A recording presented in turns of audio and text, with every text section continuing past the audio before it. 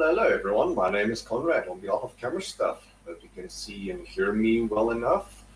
And today we're going to do a photo recipe session, so it's a brand new format we're going to try out. So I'm going to show you how to create a specific series of shots I've done quite a while ago. But yeah, before we get started, you may have seen the video. We are doing Black Friday specials this month. So go on our website and see what we have available. So for the entire month of November, we have some awesome specials going on. All right, so if you're tuning in, all right, so please introduce yourself in the comment section and tell me where you're from. So I'm just gonna give it an extra few seconds or so, just to wait for more people to join. So in the meantime, tell me where you're from, introduce yourself in the comment section. And also if you have any questions to ask as we follow along, feel free to ask that also in the comment section. I'll grab it from my side and I'll answer the best I can. All right. Okay, I'm just going to give it a couple of extra seconds before we get started. And I think we can begin.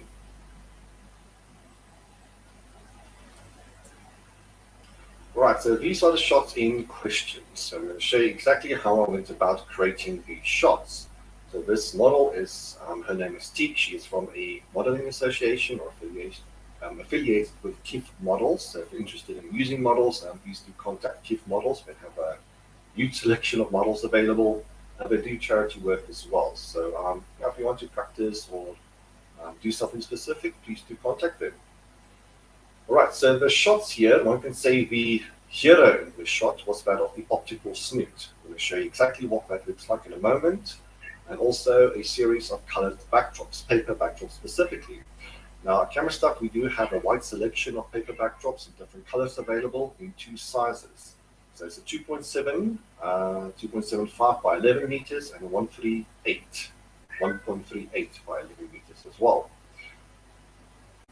All right, so here are a couple of raw images from the shoot as well, just to show I didn't cheat whatsoever. So with the optical snoot, what the optical snoot is, it's a light modifier that you attach to your light, and it allows you to project a shape onto your model and backdrop. So depending on what is called a gobo, depending on which gobo you use, you can create different shapes or project specific shapes onto your model. So I used a variety of different gobos throughout the shoot and also a variety of different colored backdrops. All right, so you get a bunch of different optical snoots available. So some optical snoots will have a fixed lens. So the lens allows you to defocus or focus the projection of light. Some optical snoots have that lens kind of bolt into the body, in a manner of speaking. However, you also get optical snoots that don't include a lens whatsoever. For that, you need to attach one of your own lenses, specifically a Canon lens, specifically an EOS EF lens. So you can use a Canon lens with the optical snoot. So that's not included. So if you're a Canon user already, you can just use any of your Canon lenses. If you're not a Canon user like myself, I use Pentax. You can just use a lens adapter or lens converter that will allow you to use your own lenses, be it Nikon, Fuji, whatever. Using the lens adapter will just allow you to adapt your lenses onto this optical snoot. All right, so this is the one I used for this series of shots, this Hilo S200 optical snoot. All right, so I mentioned gobos. Now, gobo is a stainless steel disc with a shape cut out of it. So you can project any of these shapes onto your model and backdrop, or either which way. So you get star shapes, you get these heart shapes, square shapes, circle shapes, you get these Venetian lines, certain patterns that look like tree branches and whatnot. So we have a huge variety of different gobos available on Camera Stuff. So depending on which one you use, you will project that shape through the optical snoot.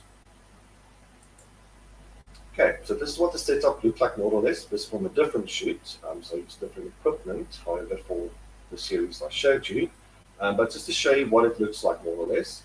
So I have the smaller backdrop in place, and you can see the optical snoot projecting a star shape onto the backdrop.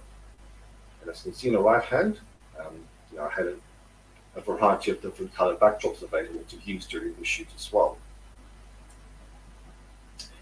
All right, so this is what the setup looked like. All right, so the projector, the one light, specifically an MS300 from Kodak, so that being a 300 watt strobe with the optical snoot attached, just slightly away from the camera, more or less in line with the model, and I utilized the fill-in light as well. But I'm going to show you in a program called Satellite 3D to give you a bit of a 3D visualization of everything that I did during the day. Just to show you the gear that I used, as mentioned, Godot's MS300, I used a couple of them, the optical snoot obviously, the teal backdrops, but I used it for a variety of different colors, and I used the rectangular gobo to create the thumbnail image. So you may have seen with the YouTube or Facebook thumbnail image, but it's the specific gobo I used for that one. Alright, so I'm just going to get my face here. I'm just going to show you what an optical snoot looks like.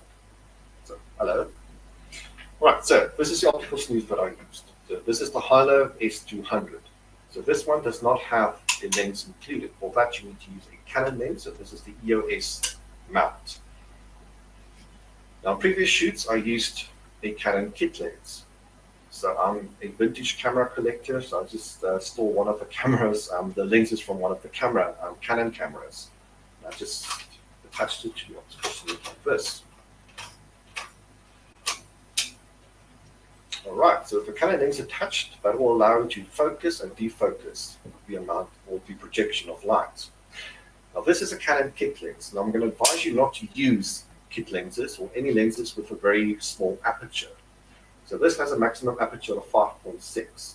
That means it's going to limit the amount of light passing through the lens itself. So ideally you need to use a big fast lens with a big aperture. Ideally at f1.4 or 1.8, minimum 2.8 I would say. Now if you're going to use something like a f1.4 lens, which I did, so this is the 1.4 lens that I used, with a big aperture, that's going to pass through a lot of light, or most of the light. So if you're going to use a lens, just to reiterate, that has a small aperture, that's going to limit the amount of light passing through. So if you're forced to do that, you're going to need to use a powerful strobe just to compensate for the loss of light that will happen. Alright, so as mentioned, I'm not a Canon user and I prefer using a fast lens. Also, as mentioned, I'm a Pentax user. Now, with most Pentax users, we have a collection of vintage lenses. So this is the one I used. This is a Super Takumar or Takumar, however you want to pronounce it, 50mm 1.4. Now, this is a very old lens. It's from the 1960s. And if you look deep enough into the internet, you can pick these up for about 500 Rand or 1,000 Rand. So instead of buying a Canon lens, I just ended up using one of these. But this lens is what they call the M42 mount. So it's a screw mount at the back, so it's not a bayonet mount. So to fit this onto the optical snoot, I needed to use just a little lens converter. So this is a Canon to M42 lens converter. Now if you have Nikon or Fuji or whatever else, you just need to buy the right lens converter for it. Attach the lens converter onto the optical snoot and there screw on the lens. So I would say this is a much cheaper way of going around the problem of not having a lens. So if you're not a Canon user and you need to use or acquire a lens for your optical snoot, this is definitely a good way or definitely a much cheaper way of getting around the problem. So as mentioned, these lenses you can pick up for quite cheap and just make sure to buy the lens converter as well. Alright, so that's the optical snoot with the lens attached. I have these little gobo holders. And here is an example of a gobo. So as mentioned, it's a stainless steel disc with a shape cut out of it. So just attach that, we'll set that into the gobo holder, we'll slide this into the optical snoot. So that will pass through a star-shaped projection. All of that depends on which gobo that you end up using. Right, so that's the optical snoot, or an example of an optical snoot. As mentioned, you get a variety of different optical snoots. I like this one because it allows you to use different lenses with it. So if you have an optical snoot with a fixed focal length, you're going to need to play around with the actual distance of the light to make the projection bigger or smaller. So with these optical snoots, for one, I ended up using You can use a variety of different lenses, but it allows you to play around with the size of the projection from one position of the light. All right, so this is what the setup looked like, more or less. So this is a program called Satellite 3D. So it provides a 3D visualization of a studio. And here you can play around with the positioning of your lights. You can also change light modifiers. So you can go from the optical snoot, you can use softboxes, you can use umbrellas, you can use beauty dishes, etc., etc. So there's a huge variety of different lighting modifiers here. So I'll go back to my optical snoot. You can add a variety of additional lighting as well. You can play around with strobes and speed lights and constant lights as well. You can change the size of your studio. You can also change your model if you so wish. So you can change the pose of the model, you can change the hairstyles, you can change the wardrobe, the color of the wardrobe, etc., etc. So this program allows you to get a bit of a visualization and to experiment with lighting. There's something for you to repeat and copy on the day of your actual photo shoot. So it's an incredibly useful program. And if you're interested in buying it, it's about 2,000 rands. It's quite expensive, but if you use the discount code camera stuff, you get a 10% discount with it. So that is provided in the descriptions and in the comment section as well. So just go looking for it, click on a link, and you'll get a 10% discount if you use the discount code camera stuff. All right, so I'm just going to deep dive into this program just to show you what I did. So firstly, what I'm going to show you, I'm going to switch off my fill-in light. I'll explain the fill-in light in a wee bit. All right, so this is the optical snoot in position. So you can move that around to get the position that you like. All right, so this is where the modeling lamp of your strobe is quite useful because that gives you a bit of an indication as to where the light is going. However, in saying that, the modeling light does make the optical snoot quite hot. So especially if you're using a strobe with a halogen light, just make sure to switch that off every now and then. So something I did, I used the modeling lamp, I switched it on, just to guide the light exactly where I wanted it. And after getting it in position, I switched the modeling lamp off. The modeling lamp is going to stay on, it's going to heat up that optical snoot, and I've burned my fingertips on more than one occasion. So just be wary of that.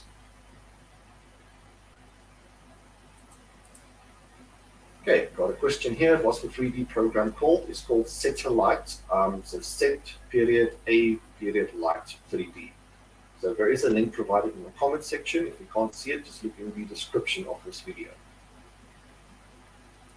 Right, so if any of you have any more questions to ask, I do welcome them. I do anticipate your questions as well, so please do ask them in the comment section. All right, so thank you, Duncan, for that question. All right, so with the optical snoot in place, I'm just going to show you different gobos as well. So this program allows you to play around with different gobos. As you can see, you can change the shape as well. Something else you can do is you can play around with the focus, so you can create a sharper projection or a defocused projection as well. So the optical snoot just untaps so much creativity, so many options as to what you can do with your light. So what I specifically used as far as the thumbnail image was concerned was a rectangular gobo. Okay, just need to reposition this guy. Okay, sorry, I'm just going to load the gobo again. I've got missing.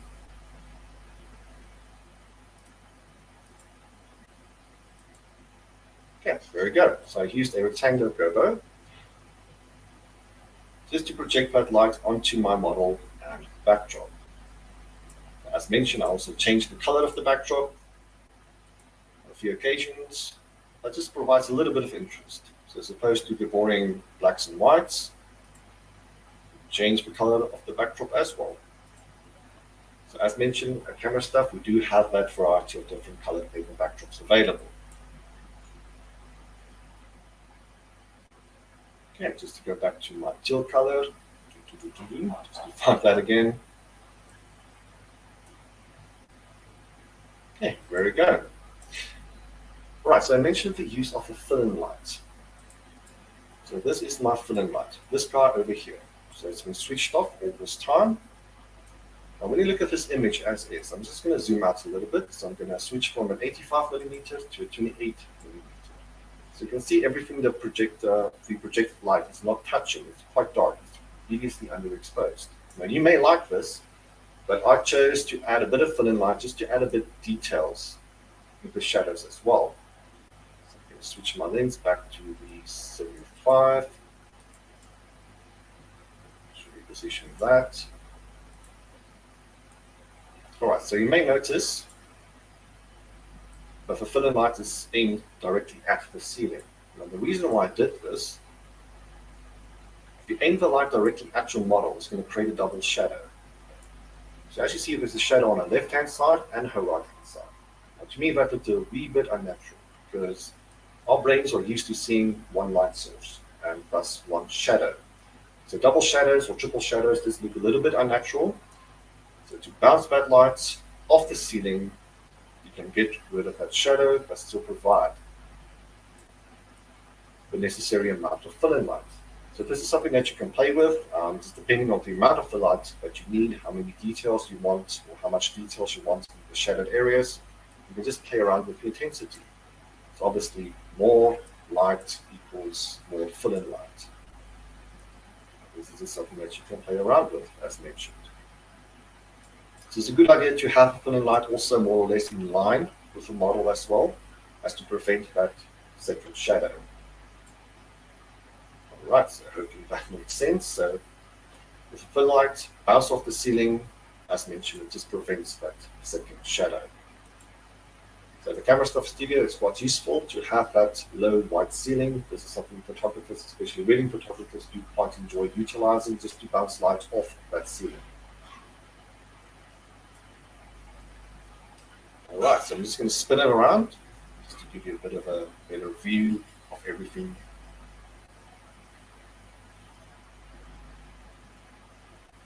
Okay, now I can go into the settings if you're interested in that. So you can change the settings here as well. So specifically what I used was f8. My MS300 was set at 1/8 plus 2/3 stops. My full light was 1/8, but as mentioned, this is something that you can tweak. Okay, so if you're interested in these specific settings,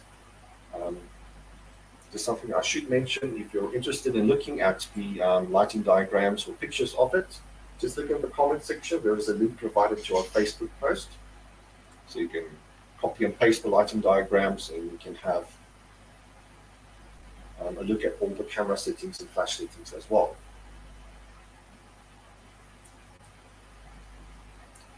Alright, so this is how I went about achieving this shot. So as mentioned, you can change the pose of the model.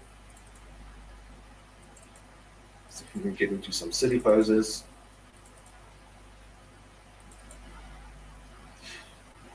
Alright, so I think for this specific style of shoot, I think the more dynamic the poses, I think the better, because I quite enjoy that shadow. The shadow just adds a bit more character. In fact, one can say the shadow is a character in itself. So with the gobo, which is quite a harsh light source, it's going to provide that perfectly aged shadow, or silhouette if you want to call it that. And it just adds a bit of interest to the shot overall. So as mentioned, with the model with different dynamic poses, going wild with her arms and legs, it just adds a bit of interest to the shadow. But that's just a personal taste. I don't know about you.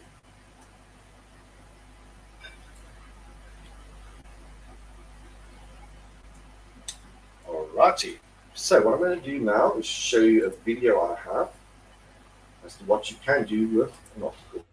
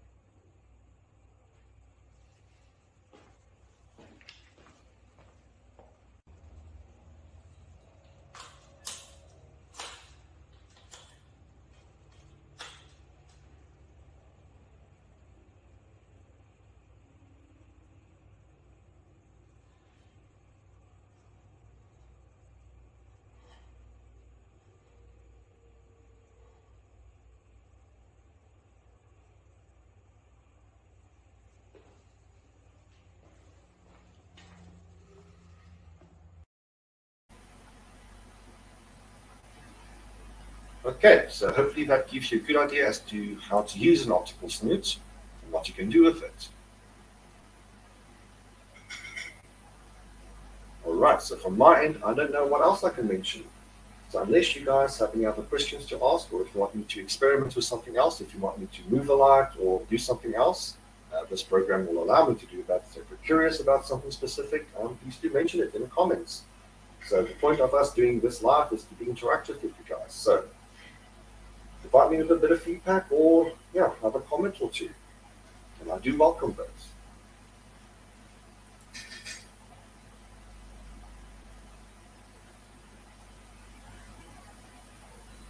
Okay, I'm just going to give it a couple of seconds because I want to see if I covered everything. So I have my notes here.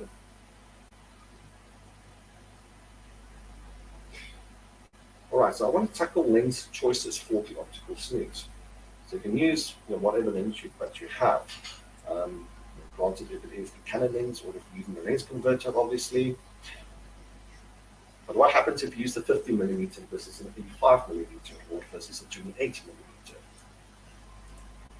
So by changing the lens itself, you can either make the projection bigger or smaller in a manner of speaking. So with a wide angle in place, it's going to look more or less like that. So for that, you need to push the light closer. Obviously decrease the intensity. Can't drop any lower. But with wide angle lens, you need to position the optical snoot quite close to your subject. So if you're quite constrained as far as studio space is concerned, a wide angle lens may make a lot of sense. Now, if you're going to use something like a 100mm lens, it's going to look something like that. So if you're going to use a 100mm lens, you're going to need to push the light quite far away from your subject. Here we can boost the light again. All right, so the choice of lens just entirely depends on where you need to position your light. So if you're constrained as far as space is concerned, you can use a wide angle lens on the optical snoot or something like a 50mm. If you want to position your light quite far away from your subject for whatever reason, you can use something like a telephoto lens, something like an 85 or 100mm lens. Get that back into position.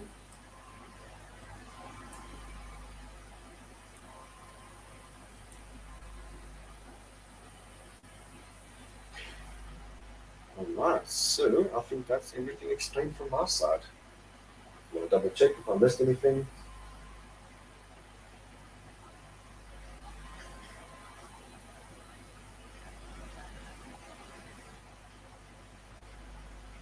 Alright, so something I forgot to mention with the lens choices for the optical snoot. Ideally, you need to then use a lens that's dedicated for full frame cameras. So as far as Canon lenses are concerned, that would be the EF series, not the EFS, the EF series. The reason why you shouldn't use a lens dedicated for crop sensor cameras is because the projection may vignette. So the projection will be smaller and it will vignette around the edges. So if you want that full shape, you need to use a full frame lens.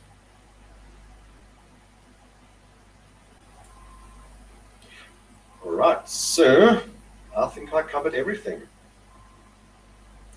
So what I can do is show you the images again.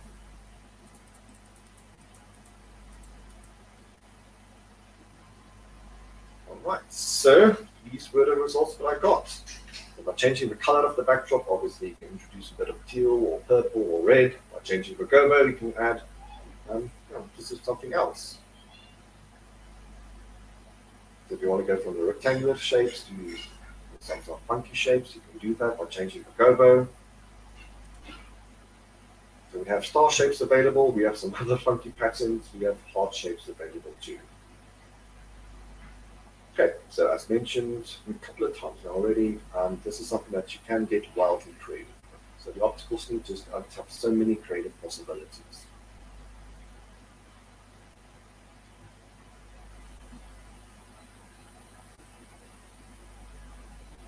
Alright, so okie dokie. So as mentioned, I think that's me covered. So unless you have any other questions to ask, please do drop that in the comment section. Awesome. See you guys on Saturday. I love what I saw. Okay, well, that's good news. Thank you, Duncan. I forgot to mention that this specific optical snoot is on special as well, so it's about 2,100 Rand. So I think that's a 50% discount as to what the price normally is, and I think the Gobos are also on special. It's a good idea to get them within this month when the specials still do apply.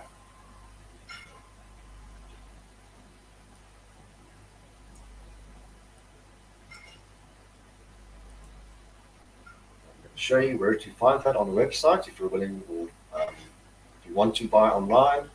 So in our studio and nights category, you have your optical snoot category.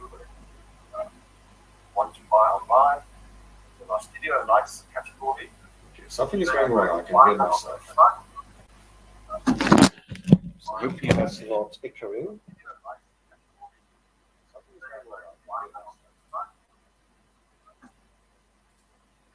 Okay, fixed it. All right, so here is the optical snoot category. So this is the one I specifically used. It's called the Hilo S200. So that without links included is 2,040 for this month only.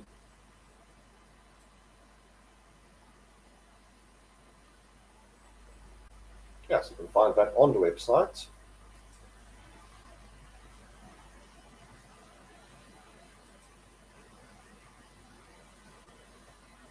Go down the pages. You can find a variety of different Gobos available as well. So we have a whole bunch. So depending on your fancy, you can pick and choose whichever one you want. Or you can buy a whole lot of them. I mean, why not? Okay, now so we have the Gobos available. Those are available online or in store. Just to show you again which one I specifically used was the Hilo S200.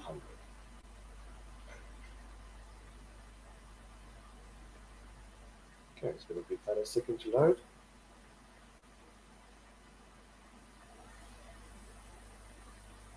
Lost the internet tonight.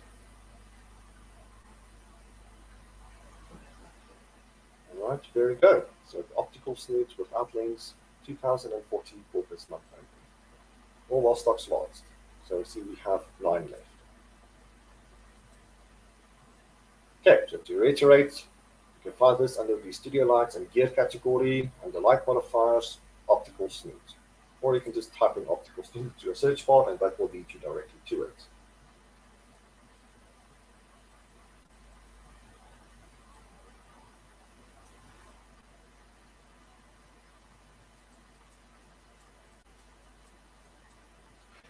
Alright, so as mentioned, I use the Godox MS300. That is an AC powered studio strobe or monolight, whatever you want to call it. So this is just a powerful flash that you can use with the optical snoot. Now you can use a speedlight as well, given if you use a speedlight bracket with it, with the bones mount, or you can use continuous lighting with the bones mount as well. So this is just for reference, I suppose, but you don't need to use the specific gear that I used. So we have, as I said, a variety of different optical snoots. You can use whatever strobes that you have. As mentioned, you can use a speed light, you can use constant lights as well. Alright, so that's 50 minutes in. So I think that's going to be it from my side, unless some of you are willing to drop some comments or questions very quickly. If not, I think that's going to be it from my side.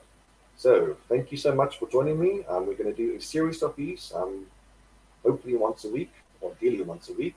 So tune in next week to get a next photo recipe, but we'll also have other categories to cover as well. So please do just subscribe to the YouTube channel if you want to schedule these or set reminders of these in advance. But yeah, I think that's going to be it from my side. So myself, Conrad, thank you for joining me, and I hope you have a pleasant night further.